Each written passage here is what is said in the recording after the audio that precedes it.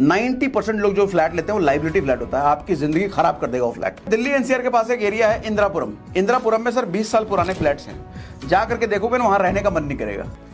लोग खरीदने वाले हमेशा ही कम रहेंगे, फ्लैट्स ज्यादा बनते रहेंगे, बिल्डर बनाता रहेगा।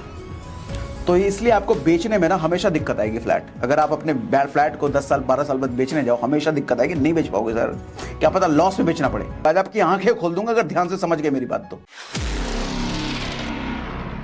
फ्लैट कभी नहीं लेना चाहिए सर, ये लाइबिलिटी है। दो तरह के फ्लैट होते हैं, एक लाइबिलिटी वाला फ्लैट होता है, एक एसेट वाला फ्लैट होता है। समझाता हूं, 90% लोग जो फ्लैट लेते हैं वो लाइबिलिटी वाला फ्लैट होता है। 90% लोग, आज आपकी आंखें खोल दूंगा अगर ध्यान से समझ गए मेरी बात। तो आसान भाषा में समझा रहा हूं, समझना। 90% लोग जो फ्लैट लेते हैं वो लाइबिलिटी फ्लैट होता है, आपकी जिंदगी खराब कर देगा वो फ्लैट, और खराब करता है।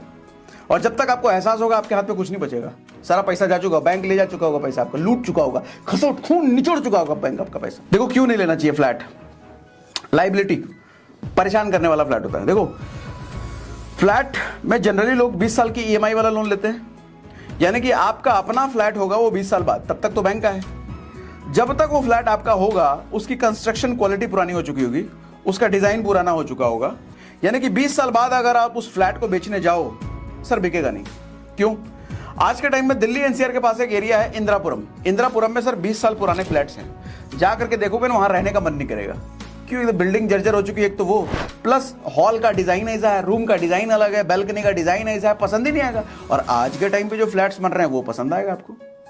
इसका मतलब जो आज के टाइम पे जो फ्लैट्स बन रहे हैं जिस डिजाइन के, सर 20 साल बाद क्या वही डिजाइन चलेगा? नहीं। अच्छा, आप तोड़वा भी नहीं सकते उसको, परमिशन नहीं है। ऊपर वाला गली आएगा, नीचे वाला गली आएगा, ये क्या हल्ला करोगे, कुछ कर नहीं सकता, वैसे रखना पड़ेगा।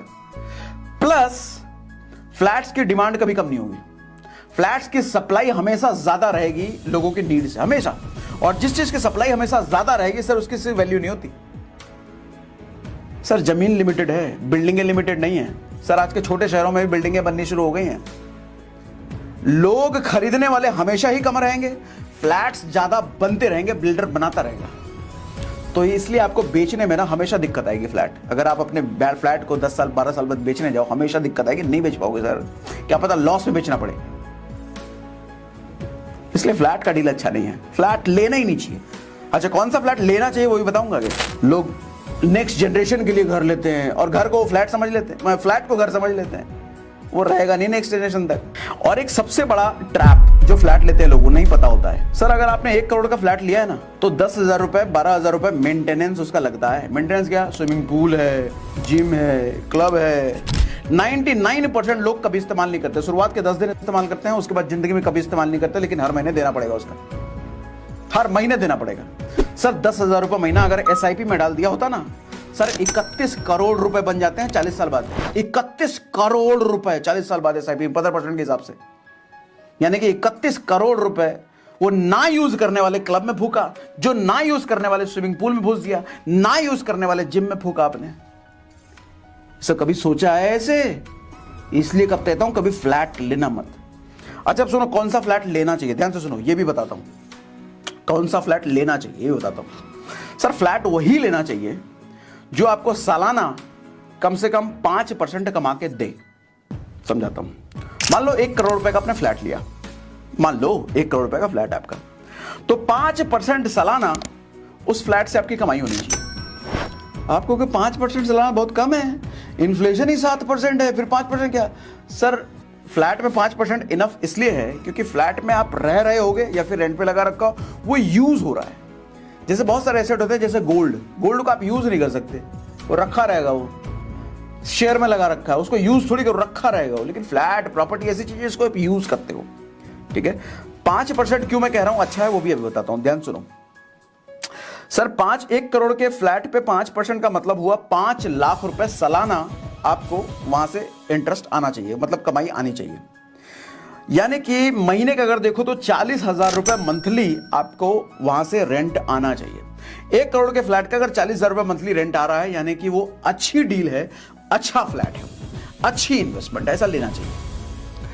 20 साल में आपकी प्रॉपर्टी हो जाएगी बिल्कुल फ्री। 40,000 रुपए महीना अगर रेंट आ रहा है तो 20 साल में आपका आपने जितना दिया है उतना आपको मिल गया रेंट से। 20 साल बाद फिर प्रॉफिट ही प्रॉफिट है।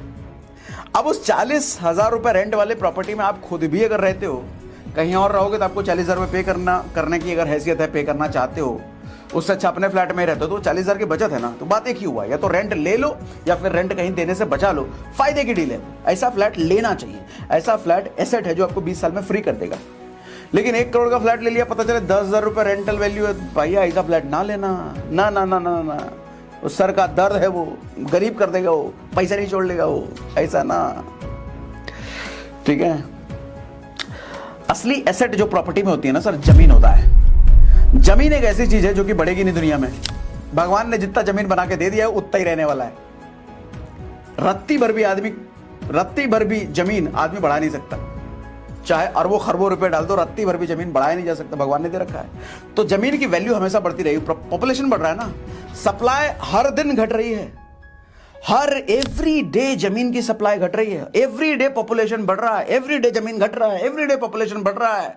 जब सप्लाई चीज की हर रोज घट रही है, इसका मतलब सर जंगल में भी जमीन है ना, उसकी भी वैल्यू बढ़ेगी, उसकी भी वैल्यू बढ़ेगी। या फिर अपना घर खरीदो विद जमीन, जमीन के साथ साथ अपना घर। 20 साल बाद कंस्ट्रक्शन पूरा ना हुआ, तोड़वा करके नया बना दो, कोई चिल्लाने भी नहीं आएगा, क्या ठोक ठाक करा रहे हो, क्यों तोड़वा रहे हो, अरे अपना घर है, तुम्हारे बाप का घर है, हम तोड़वाएंगे, कुछ भी करें, भाग से भगा दो उसको।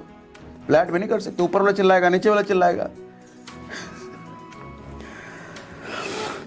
अब धीरे धीरे मुद्दे पर आ रहे हैं कि लोन लेकर के अमीर कैसे बने। उससे पहले लोन एक अच्छा लोन होता है, एक बुरा लोन होता है, पहले ये समझो।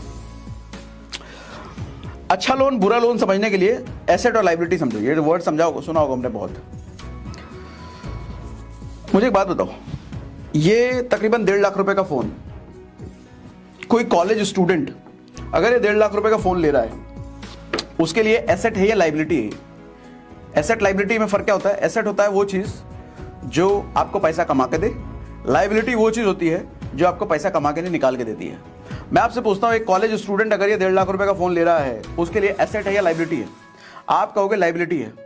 सर ये बात अधूरी है, उसके लिए एसेट भी हो सकता है, लायबिलिटी भी हो सकती है। अगर वो कॉलेज स्टूडेंट इंस्टाग्राम पर रील बनाता है और रील बना के हर महीने 10,000 रुपए कमा रहा है, तो 1.5 लाख रुपए का फोन लेकर के वो और ज्यादा अच्छी रील बनाएगा, ज्यादा क्वालिटी वाली रील बनाएगा, जिसकी वजह से हो सकता है उसकी इनकम 25,000 रुपए महीने आने लग जाए। सर उसके लिए फोन लेना एसेट है, क्योंकि उस 1.5 लाख के फोन की वजह से उसकी इनकम 2 गुनी हो गई।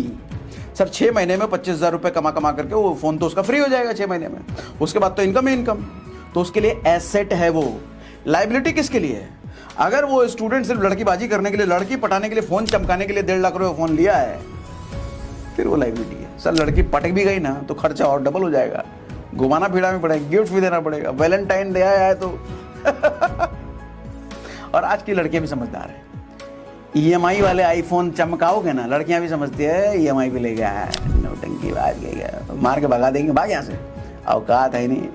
कपड़े शर्ट पहन रखे हैं 200 रुपए के, जीन्स पहन रखे हैं 400 रुपए के, और जूता पहन रखा 500 रुपए के, और 1.5 लाख का आईफोन दिखा रहे, भागा। समझ जाती है पक्का EMI पे होगा। सर मजा तब है आपके बैंक में 1 करोड़ रुपए पड़ा हो और 1,000 रुपए का फोन लेके चुटकू फोन लेके घूम रहे हो, सब तारीफ करेंगे, बाप रे बड़ा डाउन टू अर्थ आदमी है, पैसे का जरा भी गुमान नहीं है, क्या तय से 1 करोड़ रुपए पड़ा है बैंक में, लेकिन 1,000 रुपए का मोबाइल लेके घूम रहा है। तब लड़कियां चारों तरफ घूमेंगी आपके, अरे हमको पटा लो, हमको पटा लो, हमको पटा लो। तब आप चुनोगे नहीं, तुम ठीक हो, आ जाओ। सर दिखाना है तो बैंक बैलेंस दिखाओ, ट्रेंड बदल चुका है। मोबाइल तो कोई भी ले लेगा वो EMI पर,